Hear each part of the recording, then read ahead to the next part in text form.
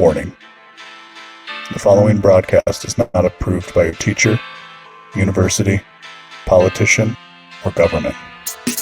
Side effects may include skepticism, better reasoning skills, liberty, peace, and an escape from the woke. Welcome to the show. I am your host, LB Muniz, and this is the Inawake Podcast for better sense making. You know, normally, a lot of people out there, they will, they'll send an email out or post it on social media when they want to go live. Not me. I just decided to go live. Anyway, got a couple episodes in the can already. I figured I would at least do the recordings of these live, even if they're not going to get released right away. But hey, if you are one of those people tuning in and this is the first time you've ever checked out the show, do me a favor, if you would be so kind. Do me a favor. Head on over to binawake.com, subscribe with your email address. That'll take you to the Substack. That's kind of like the home. You can also find me on Locals, Patreon, and of course on X and Instagram. There's a Facebook page too, but I never check that. So what's up, everybody? This is going to be a fun episode and a little bit of a departure. Normally we talk, not even a departure, because this show is about making better sense of things, and that's exactly what we're going to do today. But a lot of times on the show, I'm covering more current events, things that are political in nature a lot of times, and this episode is going to be far more spiritual, religious, theological. I guess we'll see.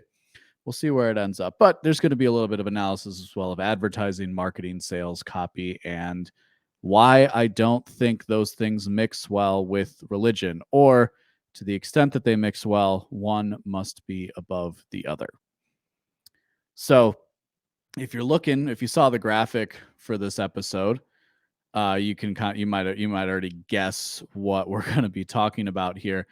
The Super Bowl was a couple of weeks ago as I'm recording this, and I was at a friend's house, a friend of my girlfriend's actually. So not people I know particularly well, but people I like nonetheless, new people.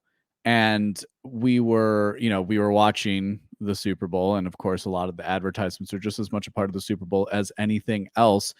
And there was one in particular, there was a few that caught my eye, but there was one in particular that I visibly scoffed at.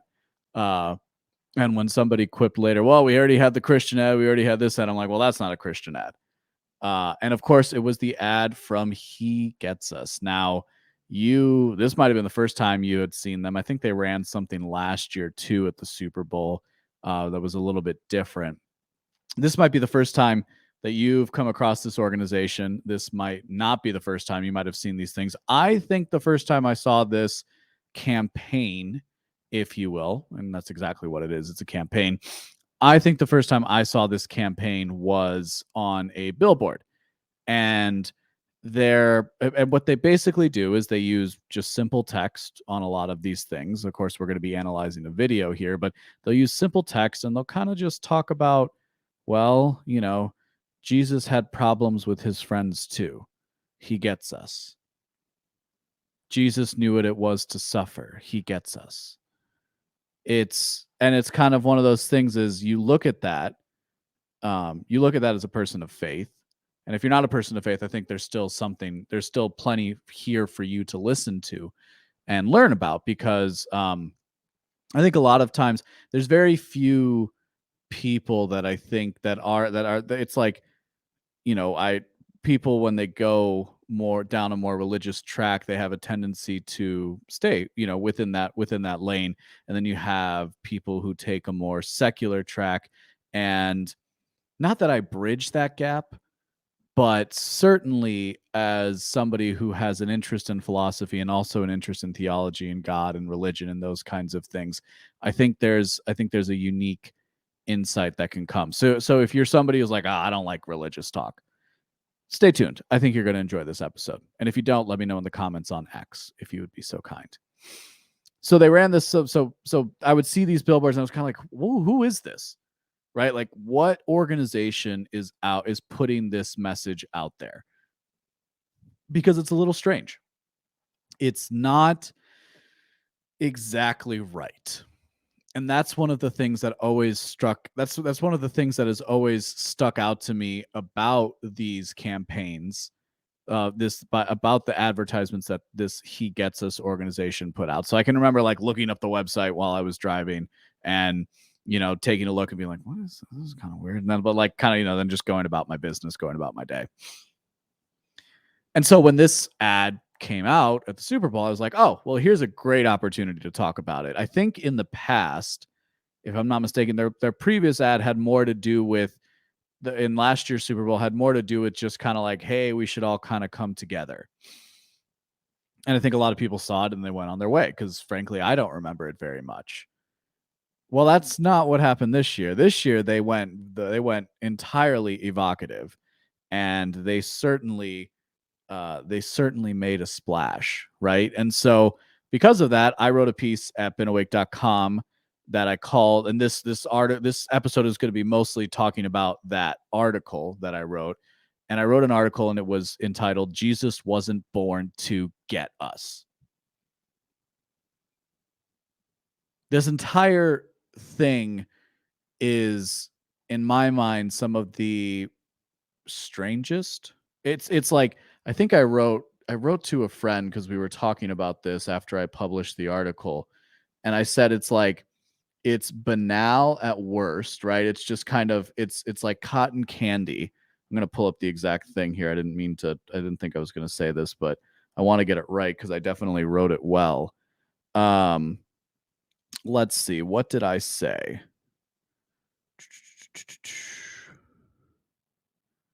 Let's see here. It was like basically at worst, this is heresy, right? That's what that's what this is at worst. It's heretical in nature. All right, if I can't find this here, it's not a big deal.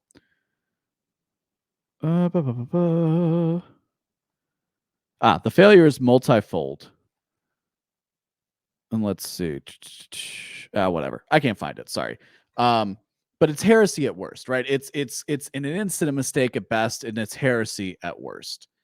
And we'll get into this more during the piece, but I want to at least point out that I'm not saying you can't take the story of Jesus or look at Jesus as he walked the earth in any kind of a historical or academic sense. There is definitely a place for that. That's not what the He Gets Us campaign is doing. So let's watch the ad real quick. It's a 1-minute ad, and then we'll kind of start reading the piece and we'll do our analysis. So let's do that now.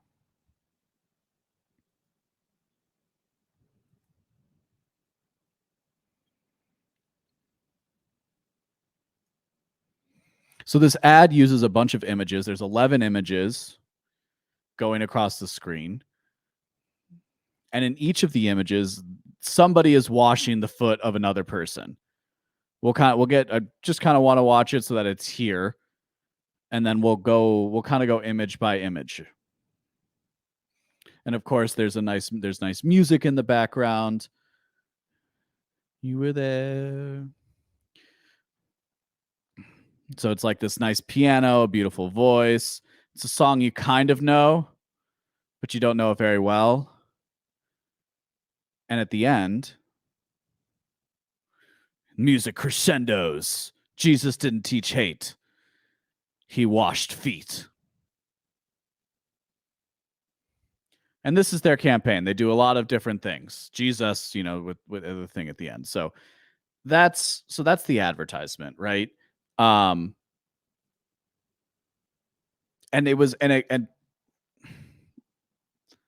let's skip for now breaking down each of the individual images, and I want to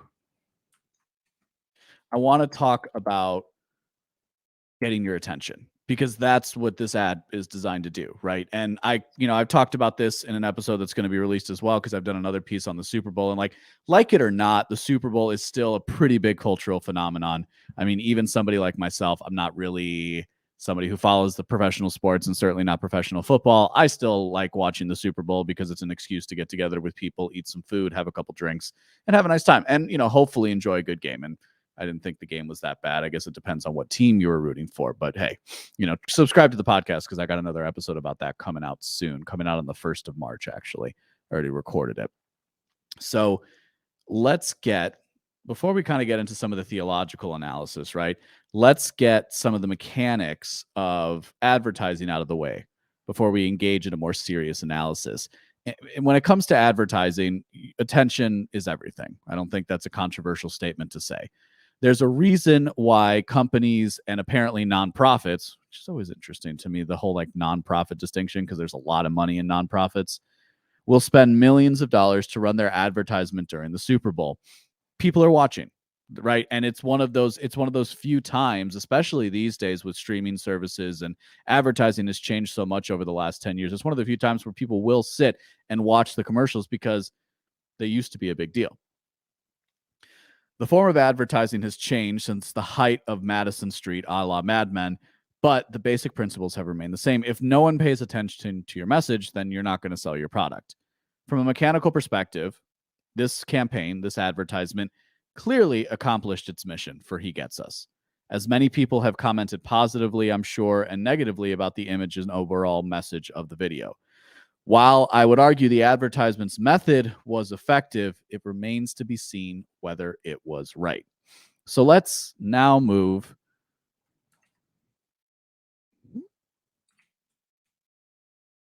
Want to do a quick, let's go through these images, right, that they put in this advertisement. So the first one is kind of, it's like this 1950s home, and you've got this guy with like bleach blonde hair and like literally bleached hair, and he's washing the feet of like maybe his dad, maybe his father-in-law or girlfriend's father, something like that. It's kind of weird.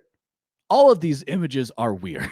Let's just, for whatever else we might say later, they're all just kind of strange and none of them really make any sense. And we're going to get to why that is. The next image is like, for some reason, we're in an alley and this black guy has his foot up on a milk crate. And then there's a cop who's washing his feet, who's like pouring water over his feet. And I don't know, like, I guess the implication is that this guy's like a criminal of some kind, and or something like that. And like the cops got his lights on in the background, so he clearly tried to stop this guy. I don't know which shoes were his. I guess that's the cop shoes here. So everybody's barefoot for some reason in these things. I'm not really sure why. Again, but this imagery is consistent. Our next image has two high school girls, one of whom is like got like this short dyed red hair. The other one has a very traditional blonde look. She's the cheerleader. The other one is not a cheerleader. She's probably like the one that kind of like in the back of class and doesn't really say anything. I don't know. Again, they're both barefoot. Again, weird, like not an environment that you would be barefoot, and she's pouring water over her feet in front of the trophies at this fictitious high school. The next image takes us, and if you're listening, by the way, you can go and you can watch this on YouTube, Rumble, or X if you're listening to this later on. But I'm describing each image kind of in motion. This next image, we've got this middle-aged white guy who's kind of got like a gristled look, right? Like, they're on this set of some kind. You can kind of see as you move into the background that it's like, that's like this whole thing is painted, including this truck. But then the foreground here is definitely, definitely some kind of a movie set, right? So like we've got that, and then there's this like Native American dude, and they're kind of the same age. And then for some reason, not even though it's nighttime, they're not by their fire, which is all the way painted in the background. So instead, they decided to walk over here where this basin just happened to be standing next to some lavender plants. I think that's lavender at least. And they were, and so again, the white guy is washing the Native American's feet. The next one, we got a motel, and we've got and we're in front of a family planning clinic, aka an abortion clinic, right? That's what that means. And there's kind of like people. Let's see, there's people back here. Oops, don't want to jump ahead. There's people back here, and they're like probably holding signs. They're holding signs that say "Save the Unborn," and we kind of have this older, middle-aged white woman, and she's washing the feet of like this younger girl, who's like a young girl, but like for some reason wearing overalls like a child, and again, both barefoot. Kind of weird. That I don't really see. I don't We're going to get into like the ritual of Maud and the washing of feet, at least in the Catholic Church, because that's the church I know. But like when that happens, the priest doesn't take his shoes off. I don't know why I'm fixated on this right now, but it's as I'm looking at these images, I'm kind of struck by it again. So, and she's washing the foot. I guess presumably the concept of this is that she's a woman with an unplanned pregnancy of some kind, and this other woman was maybe a protester inside of it, and she's trying to wash their feet. The next one, we have two women, one younger, one older, maybe a mom and a daughter. And this is clearly the woman on the right's house, and she looks very haggard. And if you look around, there's a bunch of there's like some cigarettes, and then there's some alcohol bottles all over the place here. And so it's like an addict's house, and again, she's washing the feet of this woman. And the next one, we're almost done. The next one is there's a bus. Oh, it says Chicago, where I'm from. And we see some people off to the side here with like bags and jugs of water, and their clothes are dirty because these are migrants, I guess, or refugees or people who cross the border, and they're in like suburbia. And again, we have the middle-aged white woman who's decided to wash the feet of this young girl who's holding a very young baby, such a young baby that nobody would dare go nobody would dare take the journey that people are taking with that young of a baby. It would be almost impossible, but hey, I guess it's good for effect. Our next one, we're still in suburbia here, and we have a young woman who's wearing a hijab, so a Muslim woman, presumably her husband, perhaps her brother, I'm going to guess her husband, and another middle-aged white woman who's in a very frumpy housewife dress, washing her feet as like the husband is sitting here in a weird chair eating an apple for some reason. It's one of those things like, if you don't go through these images in particular, you're just kind of struck by it, and hey, whatever. And then we got something about like the middle of the protest. It says shut him up here. It says silence hate, no censorship. And people are there's 1, 2, 3 bullhorns. This guy's got 4 bullhorns. This guy's got a mask. And then there's this like young black woman. And in the piece, I called this woman ethnically ambiguous because I couldn't quite tell I couldn't guess. So I'm not going to guess. And then the black woman is washing her feet, again, both barefoot for some reason, also wearing boots with no socks. That's kind of strange. There's not a lot are there any socks in these images? Let's not belabor that. And then we've got this southern kind of scene. This is some kind of cabin, maybe in the middle of the woods. We got a basset hound chilling here, and then we've got these 2 old guys, one white, one black, both with their feet in a tub. So not really sure who's washing whose feet in this one, but hey, I don't think it's really relevant. And then like maybe the wife or the daughter sitting here in the background. Like this almost makes it look like they're together, but hey, what do I know? And then finally, the coup de grace, the final one that they did, we have this scene on a beach, and we have a very flamboyant gay man with a man dressed as a priest or a pastor, and the pastor is washing the gay man's feet, again, both barefoot, but apparently, again, the gay guy was riding roller skates with no socks. And that's the image. Those are the images. Those are the 11 images that are in this advertisement. So yeah, it was one of those things. It was very jarring. It was very weird for me to see this, and it was just kind of a reminder of like, hey, yeah, there's this weird group out there. Apparently, they have enough money to buy Super Bowl ads. Why are they doing this, and why are they doing it this way? Well, if you go to the website, as I did, for your sake, they these people have an agenda, right? They say it, right? If you go to the About Us, they say they have an agenda.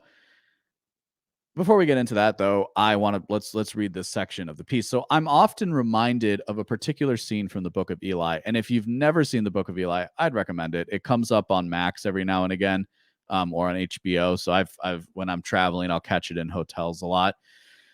I remember watching it in the theater and just kind of being like, "Oh, this is a cool movie with Denzel Washington where he kicks some butt," and then like I really enjoyed the message, and I think there's a worthwhile message inside of here for us that I want to share with you. So if you don't know the movie, there's Denzel Washington plays this guy Eli, who's walking across a barren wasteland that was the United States of America. There was some kind of an apocalypse, nuclear holocaust, and all that kind of stuff. So now everything is desert. There's not a lot of water, and there's no civilization to speak of. And he comes into this town, and this town is run by this guy Carnegie, or this guy who calls himself Carnegie, who's played by Gary Oldman. And there's a scene where Gary Oldman says the following. He says and in this scene, it's discovered that the guy has a Bible and he wants the Bible. And this is why he wants the Bible. He says, it's not a fucking book. It's a weapon aimed at the hearts and minds of the weak and the desperate. It will give us control of them. If we want to rule more than one small fucking town, we have to have it. People will come from all over. They'll do exactly what I tell them if the words are from the book. It's happened before and it'll happen again. All we need is that book. The book he's talking about, as I said, is the Bible. In the portrayed post-apocalyptic world, Bibles have been burned before a nuclear catastrophe ruined civilization save one. The Bible carried by the protagonist Eli, who was guided by a voice to go west. Carnegie believed that if he could have this book in his possession, he could solidify the stranglehold he held over the people of his town and continue to conquer. If you go to hegetsus.com, you'll find a page entitled He Gets Us Has an Agenda. Like most of their website and everything they do, they're trying to pitch you the way one might stand in a Costco selling satellite TV service. You've probably seen these people. They're also in Walmarts, right?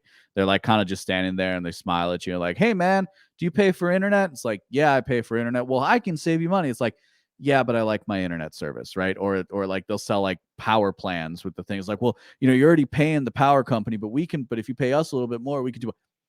Now, I'm not knocking those people. Everybody's got to have a job. A lot of those guys are hustlers, and I'm sure their product can help people. But they're always doing a hard sell every single time. Hard sell if they can get your attention for 3 seconds, they're going to tell you exactly why you should buy with them. And that's what He Gets Us does. Everything they do is a marketing and sales pitch. And in fact, if we were to go over to their LinkedIn page, they would say we're like a conglomerate of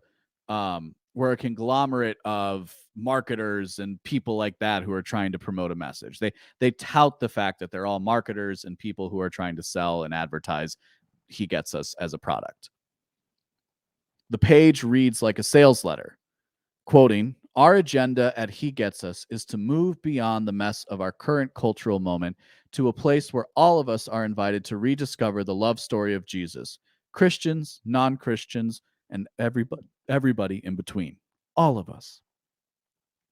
Anyone who would deny that there is power in the words of the Bible is a fool. You're a fool if you don't believe that there's power in the words of the Bible." That's like only the most edgy, cringiest teenage atheist would say anything like that. The question before us isn't whether these words can hold sway over the minds of men, but what those speaking his words intend to do. He Gets Us says the following in that regard. So this is what they're trying to do.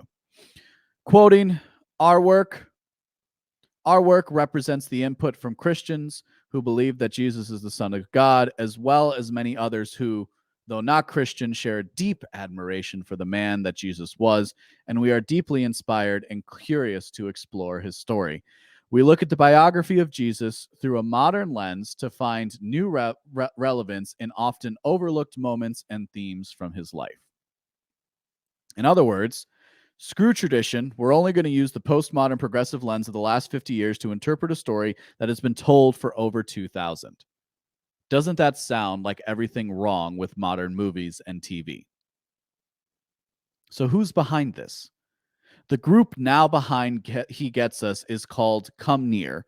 And according to their website, Come Near is a new nonprofit organization led by a team of experienced, see, this is what I'm talking about, led by a team of experienced marketing, innovation, and nonprofit leaders committed to sharing the life and love of Jesus in thought provoking new ways. So only his life and only his love. Come Near leads all aspects of the He Gets Us movement in partnership with a dedicated network of collaborators. Of course, that doesn't really tell us much about who's behind this. It's more sloganeering. However, it has been reported in multiple outlets that the main donors behind these organizations is the family behind Hobby Lobby, the crafts chain led by David Green. Green is reportedly an evangelical Christian, and he has used his money to further the message of Jesus as he sees it. Of course, you might also remember that Hobby Lobby, at the passing of the Affordable Care Act, was the group behind it that pushed that challenged the mandate for contraceptive. Right, the Affordable Care Act said that it was mandated that every company had to provide contraception as part of their health insurance plans, and then they went up to the Supreme Court. Interesting putting that in frame of retrospect of like where it went to the Supreme Court, you got like a half good decision, and then now they're kind of putting this out there. So what's the problem? All right, what's the problem with this? Jesus was a loving person. Jesus did preach love, right? Isn't that the golden rule? Love your neighbor as yourself, or love one another as I have loved you, right? We simplify that to love your neighbor as yourself. So why am I making a big deal about this, and why do I have an entire part of this article entitled "The Problem"? Well, there's many reasons, but let's start with our definition of leftism. What does that have to do with it? Well, we'll get there. So there's a few different definitions of the left and the right that we can use. I think the one that works best is leftism is belief without limit. It's maximal liberation, maximal egalitarianism. But without limit is the one that I like to use. And by limit, I literally mean that there's an edge. There's a line that you don't cross. Everything that, if we go back to their website here for a second, everything on the He Gets Us website, let's go to their content, and then I'll pull it up on the screen for you guys, all content. Everything that these guys do, like I said in the piece, it has like this, everything has the language of progressivism in it, the language of postmodernism is in it, the language of the woke in it, right? Whatever word we want to use. It says, loving your neighbor is nearly impossible. How can we do it? What is foot washing? How did Jesus step over barriers of race, gender, and stigma on the side of the road? Who is my neighbor? Jesus relied on the kindness of strangers too. Jesus taught us to say hard things. Jesus's Christmas wasn't picture perfect either. Listen louder. Jesus welcomed the weird. Jesus was exclusively inclusive, right? It's like, what are we saying here? Jesus experienced every human emotion. Do you want to be rich? Is hope a dangerous thing? Blah, blah, blah, blah, blah. The problem with this kind of messaging is that it doesn't put a limit on the story of Jesus. And more importantly, it doesn't and I guess you could also say it doesn't ground the story of Jesus where it's supposed to be set. So let's go on. There's nothing wrong. Let's start here. There's nothing wrong with using one's wealth and business to promote deeply held beliefs. But there are problems with He Gets Us and the way they are attempting to redefine the message of Jesus Christ. As we've seen above, the group is not concerned with proving the divinity of Christ to people or even asking people to believe in it. Instead, they want to portray the life of Jesus as a timeless love story like Cinderella or Snow White. It is true. Let me make sure this is very clear to people listening. especially if you're coming across this and you've never listened to my show before. It is true that God loves us. He loves all of us. We are his creation, and we are called to worship him. This is the basic belief of most faith. This is the basic belief most faith traditions hold. Just start very general there. Pretty much every faith tradition believes some version of this. Right? Even the ancient polytheistic Greeks believed this of a kind. It's also true that politics corrupts, especially our modern mass democracy in the West. What separates Christians, however, is belief in the divinity of Jesus Christ, who was truly God and truly man. To remove him from this context in any kind of evangelizing effort is incorrect. The reason why Jesus could love so unconditionally and be such an example to his followers across millennia isn't because he was an exceptionally good human. It's because he was Lord. Anyone attempting to bring people back to Jesus or even back to the story of Jesus who admit on their website that they aren't primarily concerned with his divinity should be met with a high degree of skepticism. Now, plenty of religious and non-religious people alike have done historic. Hi, everybody. Apparently, I died. Am I really going to have to do the rest of this without my background? Hey, StreamYard, I paid y'all money, and you guys suck. All right. Well, sorry, you're going to have to deal with the green screen because I'm already 34 minutes into this. Where was I? The reason why Jesus could love so unconditionally and be such an example to his followers across millennia isn't because he was an exceptionally good human. It's because he was the Lord. Anyone attempting to bring people back to Jesus who admit on their website they aren't primarily concerned with his divinity should be met with a high degree of skepticism. Plenty of religious and non-religious people alike have done historical and biographical work on Jesus without commenting on his godliness. But he gets us, wants you to engage with his message and love in some kind of weird, new age spiritual way.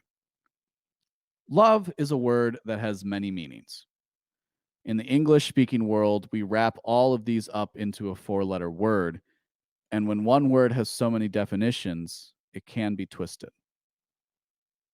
Taking this, we begin to see that while the sloganeering employed by He Gets Us may capture our attention, it quite literally gives us an incorrect image. The washing of the feet found in the Bible happens at the Last Supper, where Jesus washes the feet of his apostles. In traditional Hebrew society, this would have been a task beneath the stature of a great teacher like Jesus. And yet, when his apostles confronted him with this, he said, quoting from the good book, "Do you know what I have done to you? You call me teacher and Lord, and you are right, for so I am. If I then, the Lord and the teacher, washed your feet, you ought to wash one another's feet.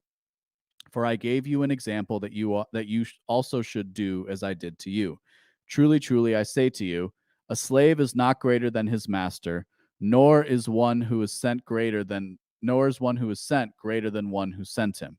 If you know these things, you are blessed if you do them." Jesus in the Bible washed the feet of his closest followers, those whom he chose out of countless disciples to spread his word after his passion. Why can't I say that word? In the apostolic tradition, this is practiced during Holy Week, the ritual of washing the feet, where a priest will ceremoniously wash the feet of parishioners. Humbling himself the way Jesus did, the ritual is a reminder that we are one in Christ. Christians are called to minister to the poor, sick, and downtrodden, but the specific ritual of washing feet is not a part of this for a very important reason. To put it simply, Jesus didn't get us. Jesus saved us. Jesus dined with tax collector and prostitutes. Yes, this is true. He took people who were, using a modern language, on the margins of society. But those people didn't remain tax collectors, and they didn't remain prostitutes. They did not remain what they were, but they became who they should be. Without this basic understanding of the passion, death, and resurrection, one can hardly call their mission Christian. And I say that about the He Gets Us campaign. In the wake of this ad's airing, there was a counter ad, if you will, that circulated. It offers the openness of Christ's love in a theologically sound way. It's worth watching to see how applying the same principles of advertising can broadcast the same message of love and can be portrayed in a way that reflects the message of the gospel. Before we watch this video, it's kind of a quick, personal story. There a few years ago, if you go, you can look up Catholics Come Home. It's a beautiful ad campaign that the Catholic Church put on a number of years ago, and a couple of my family members were involved in the filming and kind of producing of that stuff. And it's great. And it does, and again, so it's not to say that you can't use you can't use marketing tactics and sales tactics and advertising tactics to broadcast a spiritual message, a religious message, a theologically sound message. However, like everything, and as the Bible says, you can't serve two masters. One must reign supreme. My biggest issue with He Gets Us is the fact that they're trying to water down a message, and it doesn't work. If you go to any kind of a left-wing site, and a few of these reels got sent to me, it says, "Don't believe this advertisement. It's bigots behind it." Right? It's already bad people are behind this thing, so don't even pay attention to it. And that's and that was, again, that's the issue I have with these people, right? If we go onto their website right here, how did the story of Jesus, the world's greatest love story, get twisted into a tool to harm, judge, and divide? Well, it was the enemies. It wasn't Christians who did it. Yeah, there's a lot of people who call themselves Christians who don't live a very Christian life. It's because we're all sinners. But He Gets Us they start from this point, right? And why we always talk about on the show, where you start a story matters. Our entry point to conversations matter. And they're giving up the game in the beginning here. How did the story of Jesus, the world's greatest love story, get twisted into a tool to harm, judge, and divide? Because there are people out there who reject His story of love. Most of those people aren't followers. And there's been countless dollars spent to call to question the story of Jesus. Now, again, I'm not a very preachy guy. I'm not a priest. I'm not a pastor. I'm not a theologian. I am a man of faith.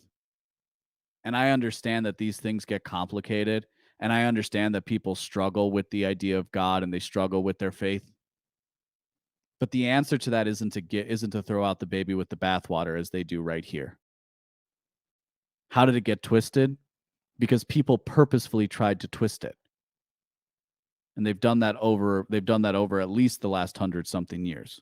It's been happening since the beginning. So it bothers me. It bothers me that people would act like this.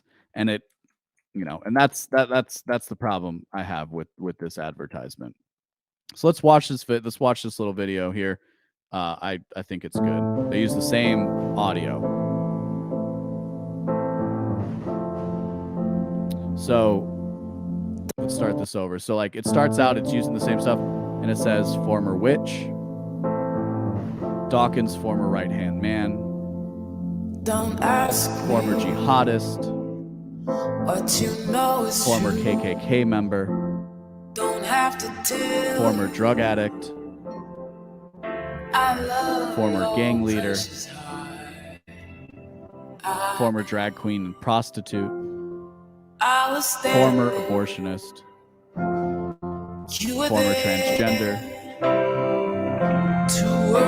former porn star, former New Age guru, former lesbian activist. It ends with Jesus doesn't just get us, He saves us. He transforms, restores, heals, delivers, loves us. Such were some of you. So that's, again, what I like about that counter ad, right, is that it shows the difference of how you can produce something and still remain true to the actual message of Christ. And I think that's an important message for our modern day. But I think that's about all the time we have for today's episode. Do me a favor, if you would be so kind. Come on over to benway.com, subscribe with your email address. And if you like this, follow me on social media at LB Muniz.